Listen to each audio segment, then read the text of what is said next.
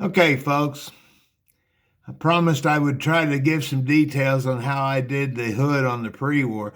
What you're looking at there are the screws that go from inside the engine compartment. They go up through the hinge and into the body, the dash body, and into the bottom of the windshield. That's what holds everything together. Well, I'd talked to several people and I heard things like, well, you paint everything up nice and pretty and then you slather soap or grease all over the hinge and slide it together. Well, that didn't appeal to me at all. I could see it getting skinned up. So what I done, I went ahead, painted the windshield frame, got it all completely done. Now the glass is not in it at this point, bear that in mind. And you'll also see, the windshield's held in by a couple screws down here on each side. So what I done, I put, a couple coats on the hinge itself, and then I lightly put a coat on the hood where it intersects the hinge. Then what I done, you can actually hook that hinge on the hood or slide it in at that point because you don't have enough paint on it to worry about. If you do skin it up a little bit, you sand it off. Now what we're going to do, at that point, you're going to paint that hinge and the hood as one piece. So you don't take them apart again. You put them together and then you paint them. Since you put a light coat on the hood, it'll be fine because the part that's up in there doesn't need a lot of paint anyway. Now, what I done, before I put the glass in the windshield frame, where the two holes are, down here, where your normally your sheet metal screws will go, you see that screw protruding right there with the nut on it, okay? Got one on either side. What I done, I drilled that hole all the way through the windshield frame to the inside. And then I take a countersunk 1032 screw, I put it in the bottom of the windshield channel and epoxy it. Now, when you put the glass in, you're going to be putting windshield tape around it. I'll give you a little tip. Black Gorilla tape works fantastic for that. You will not find a glass shop these days that have the proper tape for that. It can be ordered, but Gorilla tape works really good. So what you do then, at this point, you got those two screws in there.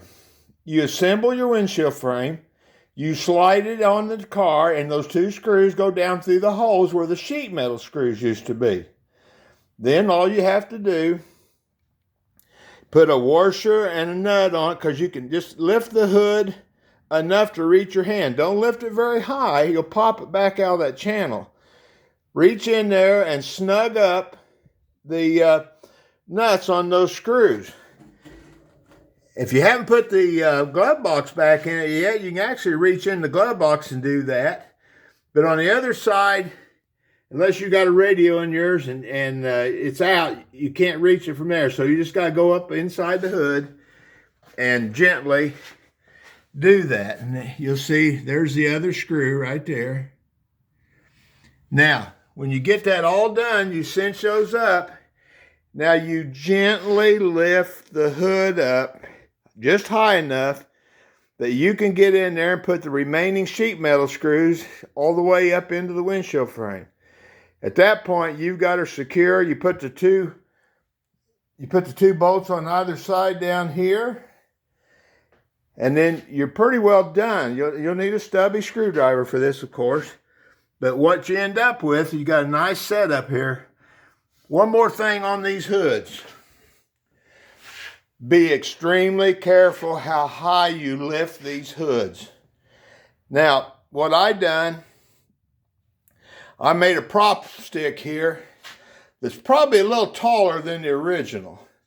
And I put my gas gauge marks on it, okay, like that. And then I made another one just for the gas gauge. And you'll see it's a little too low to work on the car, but it makes for a nice gas gauge. Now, At a car show or something like that, I do believe I would put a bungee cord or a strap or something on this so somebody doesn't walk up and lift the hood up too high. Because if it pops back out of that hinge, you're going to be starting this whole process over again. So don't let that happen. Do something so they cannot lift your hood. I know at the shows we like to have our hood up so they can see the engine room. It's a wonderful thing to see a detailed engine room. But do something, a strap, something, so they cannot lift that hood. I know people aren't supposed to touch your car at a car show, but you know how it goes sometimes. You're always going to have the expert come by and say, well, I know how to do this. And next thing you know, your hood's laying out on the grass. So that's how I did it. It's quite simple if you kind of think about it. What I showed you here, and kind of, you can even put an extra screw in the middle of that windshield if you feel like you need it. But like I said, I drilled those holes all the way into the bottom of the windshield channel. I dropped the screws, machine screws in there, and epoxied them.